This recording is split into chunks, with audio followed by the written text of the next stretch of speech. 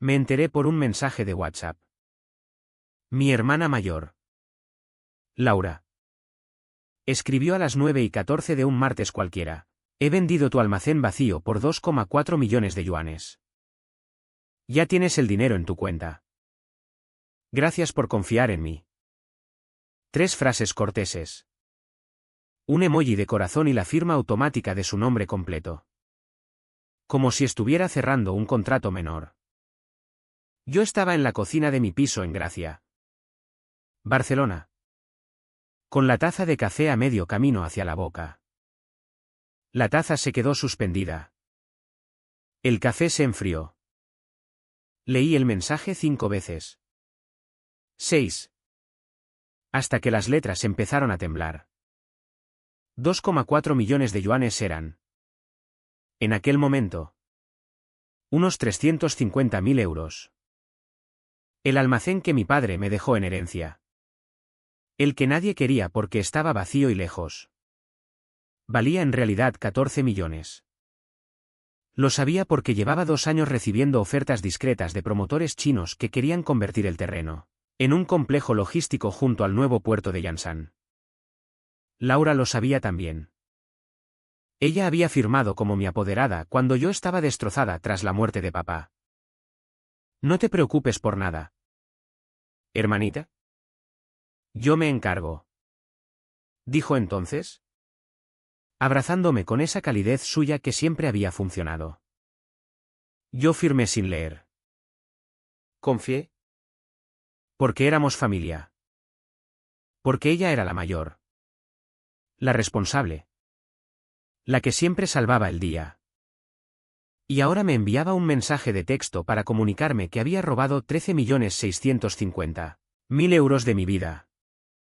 No grité. No lloré. Me quedé mirando la pantalla hasta que se apagó sola. Luego abrí la app del banco y comprobé el ingreso, exactamente 350.000 euros. Limpio. Redondo.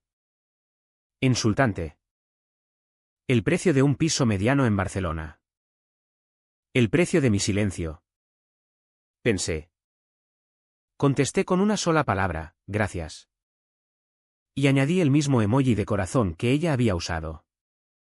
Durante los días siguientes no hice nada dramático. No llamé a abogados. No monté escenas. No publiqué nada en redes. Me levanté. Fui a trabajar como arquitecta freelance. Tomé café con amigos. Reí cuando tocaba. Por dentro, algo se estaba congelando muy despacio. Capa a capa. Cada vez que recordaba el mensaje, sentía como la costra se endurecía 1 milímetro más. Laura vivía en Shanghái desde hacía 8 años. Se había casado con Chen Wei, un empresario de logística de 40 y pocos. Elegante. Culto. Con esa sonrisa fácil que abre puertas en los círculos correctos. Tenían una hija de 5 años. Mía. Que yo apenas conocía porque Laura siempre ponía excusas para no traerla a España. Es muy pequeño todavía para tantos aviones. Decía. Yo aceptaba. Siempre aceptaba. Decidí ir a Shanghái. No para gritarle. No para exigir explicaciones de entrada. Quería ver.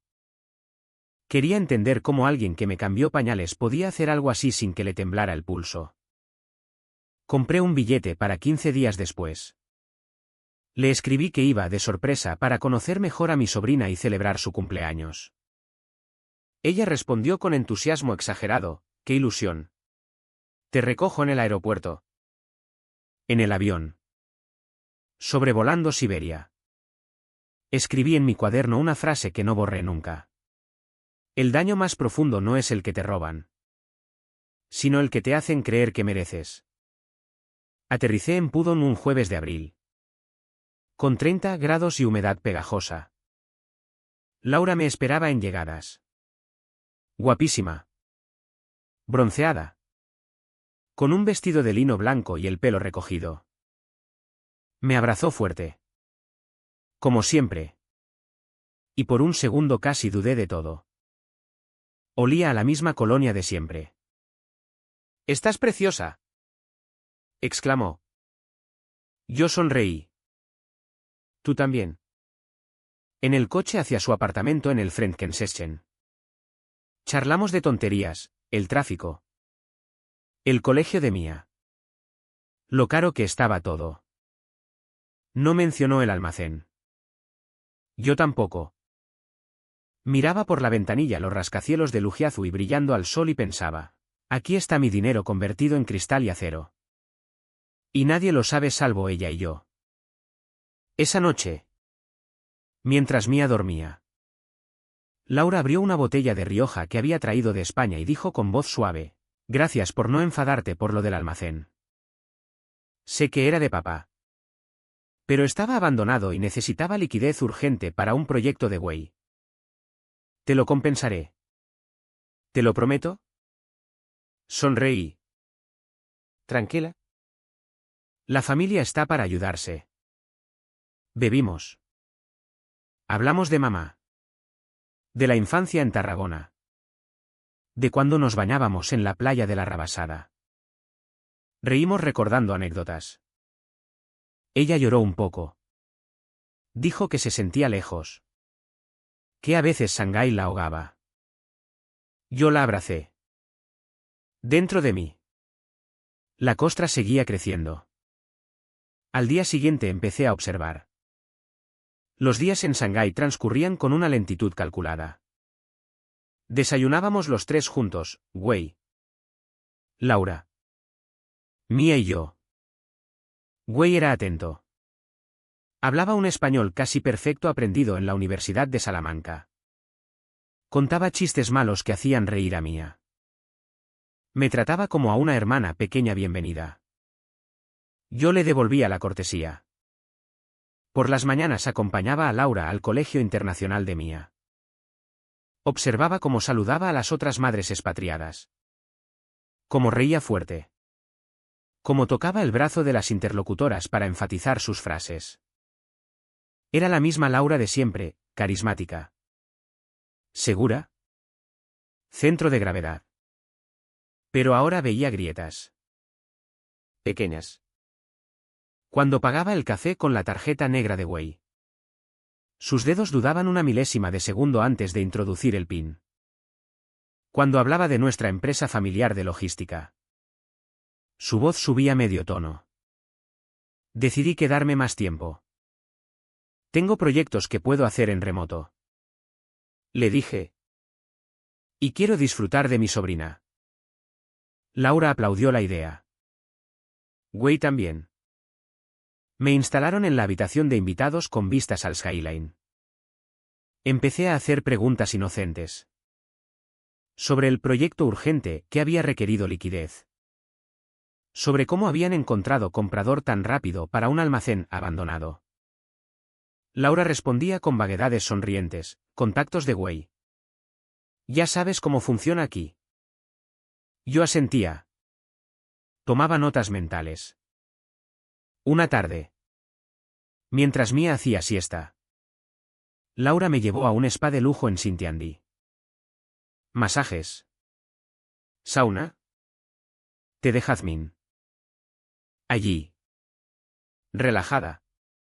Soltó más, el mercado inmobiliario está loco. Ese terreno valía mucho más de lo que papá imaginaba. Pero si hubiéramos esperado. Los impuestos nos habrían comido vivos. Hicimos lo correcto. ¿Lo correcto? Pregunté con voz suave. Ella me miró un segundo de más. Luego sonrió. Sí. Por la familia. No insistí. Pero esa noche.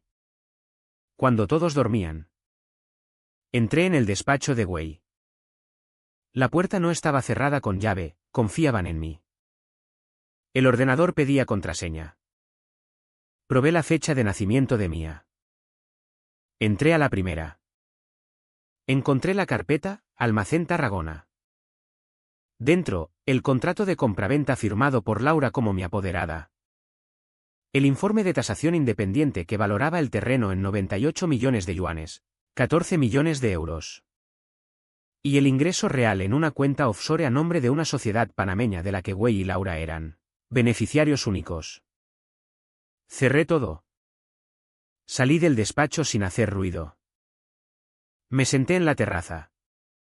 Fumé un cigarrillo aunque había dejado de fumar hacía años. Y miré las luces de Pudong parpadeando como un corazón artificial. No sentí ira. Sentí algo más frío, curiosidad clínica. Quería entender hasta dónde llegaba su cinismo. Quería ver si había límites. Al día siguiente empecé a grabar conversaciones con el móvil en modo avión. Pequeños fragmentos, Laura presumiendo ante amigas de una operación redonda. Wei hablando por teléfono en chino sobre la cuñada española que no se entera de nada. Cada frase era una pieza. También empecé a sembrar dudas muy suaves. Una noche, durante la cena, dije con tono casual, he estado mirando terrenos industriales en Tarragona. Parece que los precios han subido mucho últimamente. Wei dejó los palillos suspendidos un segundo. Laura cambió de tema rápidamente hablando del colegio de Mia. Funciona. Pensé. Tienen miedo. Pero el miedo los hace peligrosos. Una mañana, mientras paseaba sola por el Bund, recibí una llamada de un número español. Era el abogado de la familia en Tarragona, señorita. Su hermana me ha pedido que prepare una donación formal del dinero recibido por el almacén. Dice que quiere regularizarlo todo. Colgué. Llamé yo misma al abogado y le dije que no firmaría nada hasta volver a España y revisar personalmente. Cuando regresé al apartamento, Laura me esperaba con expresión preocupada. ¿Por qué has llamado a Martínez? Pensé que todo estaba claro entre nosotras. Sonreí. Precisamente por eso. Quiero que todo esté claro. Se hizo un silencio denso. Por primera vez vi algo parecido al pánico en sus ojos. Luego se recompuso. Me abrazó y susurró, no quiero que haya malentendidos entre hermanas. Esa noche no dormí. Pensé en mamá. Que siempre decía, la sangre tira. Pensé en papá. Que trabajó toda la vida para dejarme algo sólido. Pensé en cómo Laura me cepillaba el pelo cuando era pequeña y me contaba cuentos. Y pensé en los 14 millones que ahora financiaban su vida de lujo mientras yo pagaba hipoteca en Barcelona. La costra se había convertido en hielo. Y el hielo no siente. Decidí alargar mi estancia indefinidamente. Cancelé proyectos en Barcelona. Subarriendé mi piso. Envié un correo a amigos diciendo que necesitaba un cambio de aire largo. Laura fingió alegrarse. Wei también. Pero notaba las miradas rápidas que intercambiaban cuando creían que no los veía. Empecé a trabajar desde su casa. Acepté un proyecto de diseño para una promotora china que, casualmente, estaba relacionada con los socios de Wei. Me presentaron en una cena. Yo sonreí. Hablé de sostenibilidad. Hice contactos. En 2 semanas ya tenía reuniones propias en Jinan. Me volvía útil. Imprescindible. Incluso, empecé a corregir planos que Wei llevaba a casa. A sugerir optimizaciones que ahorraban cientos de miles. Él empezó a consultarme. Laura observaba. Tensa. Pero no podía oponerse sin parecer mezquina. Al mismo tiempo, seguí recopilando. Copié documentos del ordenador cuando se duchaban. Fotografié extractos bancarios que dejaban sobre la mesa. Grabé una conversación en la que Wei, borracho tras una cena de negocios, se jactaba ante un amigo, la española ni se enteró. Su hermana es una crack. Cada prueba era una bala que guardaba en la recámara. Pero también pagaba precios. Por las noches me costaba dormir. Tomaba melatonina. Luego Lexatin que compré en una farmacia sin receta. Soñaba que estaba dentro del almacén vacío y las paredes se derrumbaban lentamente, enterrándome viva. Me despertaba sudando, con el corazón latiendo como si hubiera corrido una maratón. Una tarde, Mia me preguntó por qué ya no reía como al principio. Le dije que estaba cansada del jet lag. Ella me abrazó fuerte y dijo, Tita, no te vayas nunca. Sentí algo romperse dentro. Muy pequeño, pero audible. Laura empezó a vigilarme. Notaba cómo revisaba mi habitación cuando salía. Una vez encontré mi portátil abierto, yo siempre lo cerraba. Instalé un keylogger discreto. 2 días después descubrí que había intentado acceder a mi correo. La guerra había comenzado. Pero sin ruido. Decidí dar el primer golpe real. Contacté en secreto con uno de los promotores que me había hecho ofertas años atrás. Le envié por correo cifrado el contrato de venta firmado por Laura y la tasación real. Le pregunté si estaría interesado en demandar por posible fraude en la titularidad. Su respuesta fue inmediata, por supuesto. Y le pagaremos una comisión de Finder si nos ayuda a recuperar el terreno. No acepté la comisión. Solo quería que el mensaje llegara. Una semana después, Wei recibió una carta formal de un bufete internacional requiriendo información sobre la cadena de titularidad del terreno. Palideció al leerla. Esa noche discutieron a gritos en chino, creían que yo no entendía. Los escuché desde el pasillo, Laura llorando. Wei diciendo que había que solucionarlo rápido. Al día siguiente Laura me pidió hablar a solas. Fuimos a un café tranquilo en Tianzifan. Me tomó las manos y dijo con voz temblorosa, hermana. Sé que has visto cosas. Sé que estás enfadada.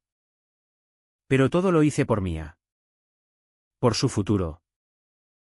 Si nos hundes, ella lo pagará. Miré sus ojos llenos de lágrimas y respondí. Yo también pienso en el futuro de Mia. No dije más. Ella interpretó que cedía. Se relajó visiblemente. Error. Esa misma semana viajé a Hong Kong con excusa laboral. Allí, en una notaría, firmé un poder especial a un abogado español especializado en fraude patrimonial. Le entregué todas las pruebas recopiladas. Le di instrucciones precisas. Presentar demanda civil contra Laura por administración desleal y falsedad documental. Pero esperar mi señal para ejecutarla. Al volver, todo seguía igual en apariencia. Cenas familiares. Paseos. Fotos sonrientes. Pero yo ya vivía en otro plano. Cada risa era calculada. Cada abrazo medido. Me convertía en el espejo perfecto de su hipocresía. Una noche, Wei me llevó aparte y ofreció comprarme mi silencio definitivo, 1 millón de euros en una cuenta en Singapur y acciones en su empresa. Me miró fijamente, todos salimos ganando. Nadie tiene que sufrir. Sonreí con calma. Lo pensaré. No lo pensé. Ya había decidido que el dinero no me interesaba. Quería otra cosa, que sintieran. Minuto a minuto. Lo que era perder el control de su propia vida. Empecé la fase final. El verano llegó a Shanghái con calor asfixiante. Los aires acondicionados zumbaban día y noche. Yo seguía viviendo en su casa. Trabajando con ellos. Siendo la cuñada perfecta. El abogado español me confirmó que todo estaba listo. Solo faltaba mi orden para presentar la demanda. Pero retrasé la señal. Quería que maduraran. Empecé a mover piezas pequeñas. Envié anónimamente a la Administración Tributaria China copias de los movimientos offshore. En España, una denuncia anónima a Hacienda sobre posible blanqueo. Nada que lo señalara directamente aún. Solo sombras que empezaban a alargarse. Wei comenzó a recibir llamadas tensas. Canceló 2 viajes de negocios. Laura dejó de salir tanto con sus amigas. Mia notaba la atmósfera y se volvía más pegajosa conmigo. Una tarde. Laura entró en mi habitación sin llamar. Encontró el sobre con copias de documentos que había dejado deliberadamente a la vista. Lo abrió. Leyó. Palideció. Me miró como si me viera por primera vez. ¿Qué estás haciendo?, preguntó con voz ronca. Lo mismo que tú hiciste. Respondí tranquila. Proteger mi futuro. Se sentó en la cama. Derrotada. Pensé que lo entenderías. Papá siempre me dijo que yo era la responsable de ti. Sonreí sin calor. Papá también dijo que la honestidad era lo único que no se hereda. ¿Se elige? No respondió. Salió de la habitación sin cerrar la puerta. Esa noche Wei convocó una reunión familiar. Puso sobre la mesa una oferta escrita, 2 millones de euros. Un piso en Barcelona a mi nombre y la promesa de no volver a molestarme nunca. A cambio, mi silencio eterno y la retirada de cualquier acción legal. Los miré a los dos. Laura tenía los ojos rojos. Wei mantenía la compostura. Pero sus manos temblaban ligeramente. Necesito tiempo para pensarlo. Dije. Me dieron una semana. Durante esa semana aceleré todo. Contacté con un periodista de investigación del periódico que conocía de años atrás. Le pasé. Anónimamente. Parte de la documentación. El artículo estaba programado para publicarse en 10 días. Expatriada española acusada de estafar a su hermana 14 millones en operación inmobiliaria en China. También activé la demanda civil en España. El juzgado de Tarragona notificó a Laura la admisión a trámite el mismo día que vencía su plazo. El último día. Durante el desayuno.